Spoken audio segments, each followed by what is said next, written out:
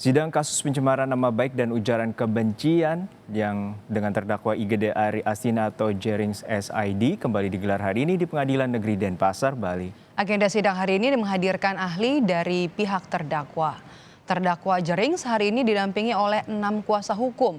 Sang istri juga terlihat hadir di persidangan. Agenda sidang kali ini menghadirkan saksi meringankan dari pihak terdakwa. Yang dihadirkan merupakan 2 ahli yakni ahli bahasa dan ahli pidana.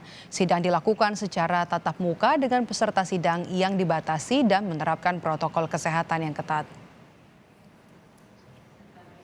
Kita akan pantau jalannya sidang pemeriksaan kasus atau pemeriksaan saksi dari kasus pencemaran nama baik dan juga ujaran kebencian dengan terdakwa IGD Ari Astina atau yang kita kenal dengan panggilan Jerings SID akan dilaporkan langsung oleh jurnalis Kompas TV Sinta Pramadewi. Sinta, siapa saja ahli yang dihadirkan dalam persidangan kali ini dan apa keterangan yang diperoleh dari para saksi?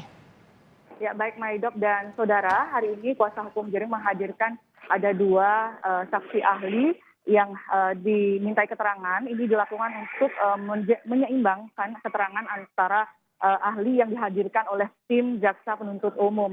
Adapun tadi yang sudah memberikan keterangan yaitu saksi ahli bahasa Jiwa Atmaja merupakan pensiunan dosen sastra Udayana, di mana pada saat itu ahli bahasa menyampaikan bahwa postingan Jerings menyebutkan ID sebagai kacung WHO itu bermaksud untuk mendapatkan respon atau jawaban atas masalah yang saat ini sedang dihadapi oleh lingkungan. Kemudian saksi ahli bahasa juga menyampaikan bahwa terdakwa menyampaikan dengan gaya bahasa seniman atau penyair, sehingga diksi kacung ini menurut ahli bahasa memiliki diksi yang berbeda dengan yang dilakukan oleh seorang penyair dan juga orang lainnya. Kemudian terkait dengan kata-kata bubarkan ini, Jerings juga tidak ada kewenangan atau tidak punya kewenangan untuk membubarkan. Dan itu merupakan hanya sebuah respon dari postingan yang belum terjawab. Kemudian ada terkait dengan emotikon babi yang dianggap sebagai hinaan yang kasar.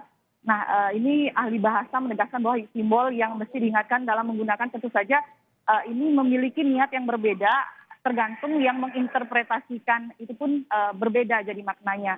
Dan saat ini masih berlangsung keterangan dari ahli pidana, Maidok. Sinta, yang juga jadi perhatian adalah beberapa kali sidang sebelumnya sempat digelar secara virtual. Nah, apa pertimbangan sidang hari ini dilaksanakan secara tatap muka di saat pandemi seperti ini?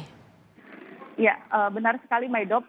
Sebelumnya memang sempat dilakukan secara virtual, namun pihak kuasa hukum Jerings atau terdakwa Jerings menolak untuk melakukan sidang secara virtual karena pertama rentan dengan gangguan sinyal, kemudian kurangnya ada interaksi secara emosional, sehingga ia meminta untuk dilakukan sidang tatap muka dengan menerapkan protokol kesehatan, di mana untuk sidang ini dilakukan secara terbatas, hanya 20 orang saja yang dapat masuk ke ruangan sidang, kemudian dengan menerapkan protokol kesehatan yang ketat seperti penggunaan masker, menjaga jarak, dan juga mencuci tangan sebelum masuk ke ruang sidang. Maidok.